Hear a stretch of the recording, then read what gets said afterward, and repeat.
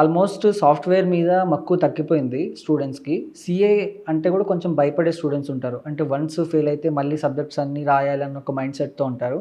బేసిక్గా ఇప్పుడున్న స్టూడెంట్స్కి సిఏ తీసుకోవడం అనేది ఒక మంచి ఆపర్చునిటీ అంటారు ఫ్యూచర్లో. మీరు అడిగిన క్వశ్చన్లో వెరీ వ్యాలిడ్ క్వశ్చన్ ఏంటంటే ప్రతి ఒక్కరికి వచ్చే ఫస్ట్ క్వశ్చన్, నేను సిఏకి వెళ్ళాలా ఐటీకి వెళ్ళాలా, ఏది వెళ్తే better first of all.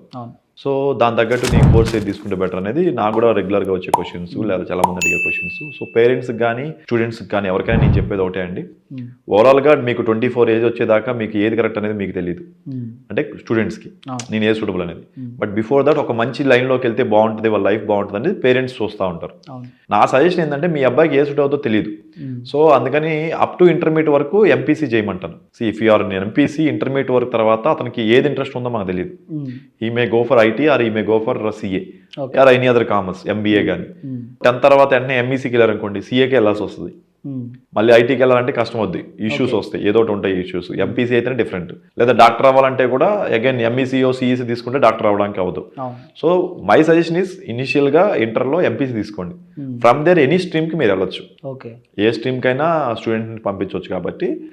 So my suggestion is to go for a MPC in intermediate. MPC అయ్యాక if you want to go for a quality career అంటే look at your father, look at your nearby persons.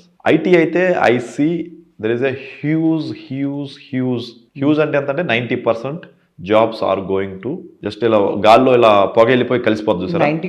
90% will go away. New jobs అంటే ఇప్పుడున్న existing jobs ఉంటాయి చూసారా, రకరకాల jobs, దాంట్లో 90% jobs వెళ్ళిపోతాయి. కొత్త ఏఐ రిలేటెడ్గా, సైబర్ సెక్యూరిటీ రిలేటెడ్గా, మెషిన్ లెర్నింగ్ రిలేటెడ్గా ఇంకొక 20-30 క్రియేట్ అవుతాయి.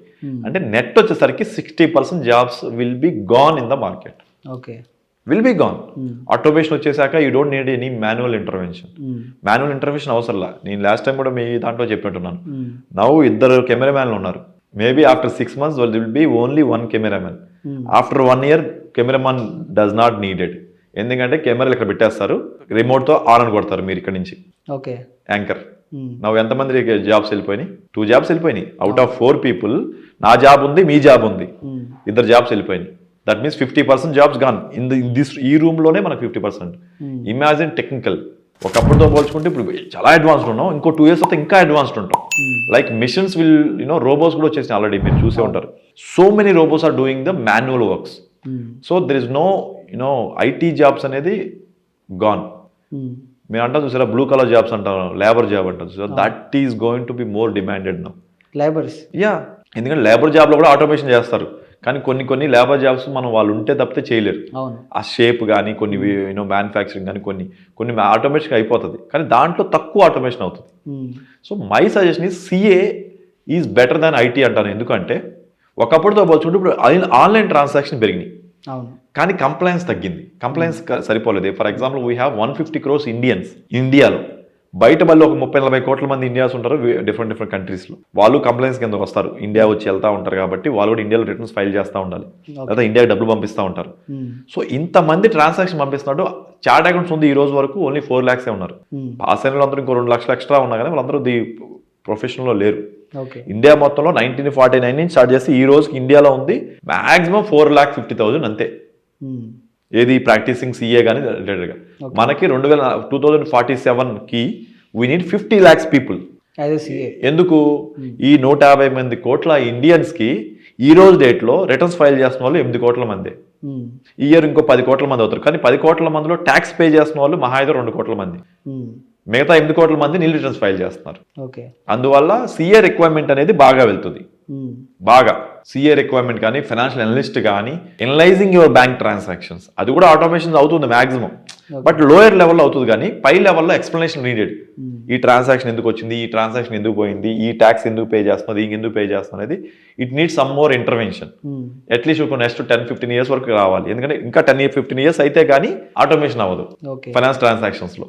బేసిక్ బ్యాంక్ ట్రాన్సాక్షన్ ఆటోమేషన్ అవుద్ది, బట్ రిపోర్టింగ్ టు ఎంటిటీస్ అది they need an expert intervention. ఆ టైం పడుతుంది కాబట్టి ఇంకో 10-15 years లైఫ్ స్పాన్ ఉంది for financial transaction. So CA is better than IT. So CA choose చేసుకోవాలి అనుకునే వాళ్ళు బేసిక్ గా ఎలాంటి నాలెడ్జ్ ఉండాలి, అంటే ఎలాంటి స్టడీస్ వాళ్ళు కంప్లీట్? ఏం అవసరం లేదండి. For any course or for anybody, ఈ రోజు డేటు రేపొద్దున we don't need to have any knowledge because systems taking care of the data, processing, data capturing and all. నీకు ఉండాల్సింది common sense, logic sense, civic sense, questioning attitude okay and learning attitude. Questioning attitude, learning attitude అంటే వినడము, అడగడము. తెలుగులో చెప్పాలంటే ఈ 5 qualification ఉంటే చాలు. You don't need any qualification. My suggestion అయితే 7th క్లాస్ వరకే ఎడ్యుకేషన్, బేసిక్ ఎడ్యుకేషన్. 7th తర్వాత ఇంక మీకు ఎడ్యుకేషన్ వెళ్ళకండి, తీసుకెళ్లి జాబ్లో పడేయండి మీ అబ్బాయిని. 7th క్లాస్ వరకు క్వాలిఫికేషన్ అవసరం లేదు నాకు. There is no need of any more qualification. Even 2020లో but somewhere if you want to get a job, no need. 2002, that's what I was about to say. 2020లో ఫేస్బుక్, గూగుల్, యాపిల్ 3 కంపెనీలు, Google చేసుకోండి ఎవరైనా, they have announced, press meet ఇచ్చినాయి ఏంటంటే we don't need any qualification. If you have skills please apply to the job. In world's largest biggest companies advertisement ఇచ్చిన 2020 corona తర్వాత. Okay, already 4 years complete అయిపోయింది. మిగతా అందరూ వాళ్ళని ఫాలో అవుతున్నారు already. But what about education system? అవసరం లేదు. No your anchor. ఈ మాట్లాడడం నీకు మాట్లాడడం వచ్చాను చూస్తే రేపొద్దున మిమ్మల్ని తీసుకుంటారు. నువ్వు బీకామ్ చదివావా, ఎంబీఏ చదివావా అనేది not required. Same way do you know the skill of filing IT return తెలుసా? చాలు. So no need degree, no need 10th pass అయ్యావా, ఇంటర్ పాస్ అయ్యా, అవసరం లేదు. ఇంకొక నేను ఈ రోజు చెప్తున్నాను, ఈ వీడియో రేపొద్దున యూట్యూబ్లో ఉంటుంది. ఆఫ్టర్ 5 years ఆల్సో యూట్యూబ్లో ఉంటుంది కదా. మీరు చూడండి, ఆఫ్టర్ 5 years ఇక్కడే ఉంటాం. మీరు అందరూ క్వాలిఫికేషన్ కావాలనుకుంటున్నారు. But I'm telling you today, qualification is no more a criteria. అది ఓన్లీ ఒక ఎంట్రీ. అంటే ఇతను చదివాడు, ఇతను అసెస్ చేశారు, ఇతనికి ఆల్రెడీ ఒక ఎడ్యుకేషన్ ప్రాసెస్ ద్వారా వెళ్ళాడు అనేది ఒకప్పుడు వినాలి. దట్ ఈస్ ద మనం ఒకప్పుడు మన ఎగ్జామ్ ఎలా రాస్తాము, చదివి గుర్తు పెట్టుకుని రిపోర్ట్ చేయాలి. ఈ రోజు డేట్ లో ఆ మెథడాలజీలో మనం జాబులు చేస్తున్నామా? If it's going to B happen, ఇది జరిగితే టోటల్ ఎడ్యుకేషన్ సిస్టమ్ చేంజ్ అయిపోయే ఛాన్సెస్ ఉన్నాయి కదండి. అసలు చేంజ్ చేయించాలి. ఎందుకంటే నీ ఎడ్యుకేషన్లో మనం ఏది కూడా we are not doing remembrance base మీద మన జాబ్ చేయట్లేదు మనం. ఇప్పుడు మీరు యాంకరింగ్ అడిగినా, లేకపోతే వీళ్ళు ఇంకొకరు కంటెంట్ రాసేవాళ్ళైనా మన రిమెంబర్ మీద చేయట్లా. ఒక బేస్ డాక్యుమెంట్ చాట్ జీపీటీనో, గ్రోక్నో, గూగుల్నో, ఆర్టిఫిషియల్ ఇంటెలిజెన్స్ టూల్నో తెచ్చుకొని దాన్ని మనం కొంచెం ఎడిట్ చేసుకుంటున్నాం. ఒకప్పుడు 2 రోజులు పట్టాల్సిన జాబ్ ఇప్పుడు 20 నిమిషాలు పడుతుంది. మరి నీకు systems are so much supporting. మన ఎగ్జిస్టింగ్ ఎగ్జామ్ ప్యాటర్న్ ఏంటి? నేను చదవాలి, గుర్తుపెట్టుకోవాలి, నా క్వశ్చన్ అడిగింది నేను అని రాయాలి. ఆ ప్యాటర్న్ ఎందుకు నాకు? దేనికోసం? నాకు ఆ ఎబిలిటీని ఎందుకు టెస్ట్ చేస్తున్నారు? నాకు గుర్తుంచుకుంటున్నావా లేదని ఎబిలిటీని ఎందుకు టెస్ట్ చేయాలి? నన్ను అడిగిన క్వశ్చన్ నేను కరెక్ట్గా నేను ఆన్సర్ చేయగలుగుతున్నాను మాత్రమే కదా నాకు కావాలి. అది నాకు సిస్టమ్ ఇస్తుంది కదా. ఇప్పుడు బయటకు వచ్చాక జాబ్ చేసేటప్పుడు నాకు అలాంటిది ఎవరిని అడగట్లేదు నాకు. ఒకప్పుడు అంటే జాబ్లో ఎక్కడెక్కడో లాస్ ఉంటాయి, ఎక్కడెక్కడో ఇష్యూస్ ఉంటాయి, అవన్నీ ఒక బుక్ రూపంలో ఉండేవి. ఓపెన్ చేసి చదవడానికి టైం పట్టిద్ది, వెంటనే ఆన్సర్ చేయలేము. జాబ్లో ఉన్నారండి, మీరు ఒక ఎంఆర్ఓ ఆఫీస్కి వెళ్ళారు, ఒక రూల్ గురించి అడిగారు, సార్ మాకు ఫ్యామిలీ సర్టిఫికేట్ ఇవ్వండి అని అడిగారు. సో అండ్ సో రూల్ ప్రకారం ఫ్యామిలీ సర్టిఫికేట్ ఇవ్వాలంటే ఇది కావాలని చెప్పాలా. ఒకప్పుడు సిస్టమ్స్ ఉండేవి కాదు, మాన్యువల్ గా రాసేవాళ్ళం. ఒక 10 years 20 years బ్యాక్ వరకు కూడా. అవునా? మాన్యువల్ గా రాయడం కోసం వాళ్ళు గుర్తుండాలి, వెంటనే చెప్పగలగాలి. వాళ్ళు గ్రూప్ 1 ఆఫీసర్లు, గ్రూప్ 2 ఆఫీసర్లు, ఎంఆర్ఓలు, వీళ్ళు వెంటనే వాళ్ళు కంఠస్థం ఉంటే వాళ్ళు వెంటనే చెప్పగలరు ప్రజలకి ఆన్సరు అని కదా. ఇప్పుడు అన్ని ఆన్లైన్ కదా. గూగుల్ కొట్టి what is the rule number, 1 person has come physically to my office to give a family certificate అని గూగుల్ కొడితే చెక్ లిస్ట్ వచ్చేసింది. అవునా? మీరు కూడా రేపు పొద్దున నాకు ఇన్కమ్ సర్టిఫికేట్ కావాలని కొడితే ఏం చేయాలి, ఎలా చేయాలని వచ్చేస్తుంది. ఇంకా నేను గుర్తు పెట్టుకొని రాయాల్సిన పని నాకు అవసరం ఏంటి? ఆ సిస్టమ్ నేను ఏదైతే గో త్రూ అవుతున్నాను ఆ ప్రాసెస్కి నాకు అవసరం ఏంటి? ఆ education system. So education system మారిపోద్ది, మీరేం వరీ కాకండి. సో నెక్స్ట్ 5 years లో ఎవరైతే ఇప్పుడు 10th class చదువుతున్నారో, ఇంటర్మీడియట్ చదువుతున్నారో, నెక్స్ట్ 5 years లో ఇప్పుడున్న ఎగ్జిస్టింగ్ సిస్టమ్ వర్కౌట్ అవ్వదు మీకు. మీరు ఎవ్రీడే ఈ రోజు నుంచి మీరు మారిందంటే 2 గంటలే 3 గంటలే కాలేజీకి వెళ్ళండి, 2 గంటలే 3 గంటలే స్కూల్కి వెళ్ళండి. మిగతా టైంలో ఫిజికల్ లేకపోతే యాక్టివిటీ చేయండి. ఎలాంటి యాక్టివిటీ అంటే కామన్ సెన్స్, లాజిక్ సెన్స్ వచ్చే క్వశ్చన్ యాక్టివిటీస్, సివిక్ సెన్స్ ఉన్న యాక్టివిటీస్, క్వశ్చనింగ్ చేసే యాటిట్యూడ్. ఆ క్వశ్చన్ బేస్ మీద నీ ఫ్రేమింగ్ ఉంటుంది, నీ సిస్టమ్ ఫ్రేమింగ్. అలాగే సొల్యూషన్ అంటే ఒక కస్టమర్ నీకు వచ్చి నీకు సొల్యూషన్ ప్రాబ్లం ఉంటే దానికి సొల్యూషన్ ఎలా ప్రొవైడ్ చేయాలనే థాట్ ప్రాసెస్లో you can build a company. Okay, ప్రతి చిన్నదానికి ఒక company can nowadays they are building a company. Only పెదాలకి లిప్ బామ్ మీద ఒకటి వస్తుంది, ఓన్లీ హెయిర్ కి సపరేట్ కంపెనీలే వచ్చేసినాయి, ఓన్లీ ఐ డ్రాప్స్ కి ఒక సపరేట్ కంపెనీ వచ్చేసింది, ఓన్లీ షర్ట్సే వస్తాయి కొంతమంది, ఓన్లీ షూసే వస్తాయి కొంతమంది. అలా ఒక్కొక్క పర్సన్ కి రిక్వైర్మెంట్ ఏవైతే ఉందో యూజర్స్ కన్జ్యూమర్స్ కి దాన్ని బట్టి మనం ముందుకెళ్తా ఉంటాం. సో మీరు రేపు పొద్దున బయటకు వచ్చి రాగానే జాబ్లో ఉండవు మీకు, ఎందుకంటే your redundant. After 5 years me qualification ఇప్పుడు దాకా చదివినంత వాల్యూ లేదు, ఎందుకంటే సిస్టమ్స్ ఆర్ టేకింగ్ కేర్. నువ్వేం చేయగలవు అంటే ప్రాబ్లమ్ సాల్వ్ చేయగలను, I can improve the system. Existing system నేను ఇంప్రూవ్ చేయాలి అంటే ఎలా చేయాలి?